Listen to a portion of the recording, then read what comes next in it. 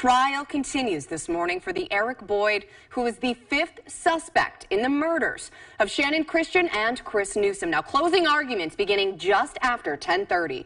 6 on your side's reporter Madison Keevy is joining us now live from the courtroom. Madison, what has the jury heard so far for today?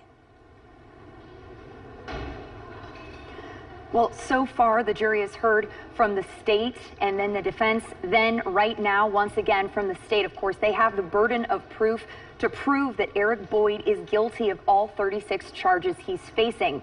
The state reiterating today the case that if it weren't for Boyd, these other 4 co-defendants wouldn't have had a car to get to Washington Ridge Apartments in the first place. Assistant DA Philip Morton saying today that he was there from the get-go.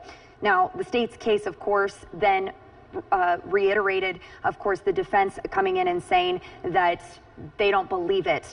Boyd's attorney believes the state hasn't proven Boyd was there for the carjacking or the rapes. His request to dismiss some of those 36 charges, however, denied. We also learned this morning that Boyd wouldn't be testifying. The defense didn't call any witnesses, which brings us up to speed now in those closing arguments. Not by one individual, not by 2 individuals, not by 3 individuals, but by 4 or more individuals to do the damage that was done to these young bodies. They have a narrative that they have come up with about what happened, and in their version of events, Eric Boyd is the only means of transportation these people have.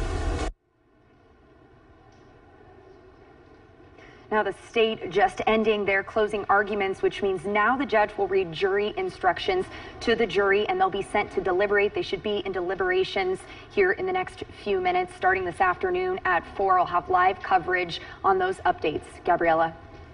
All right, thank you, Madison. And as she mentioned, we will continue covering this and streaming this from inside the courtroom. You can find that live stream on our website, WATE.com, or through our free news app.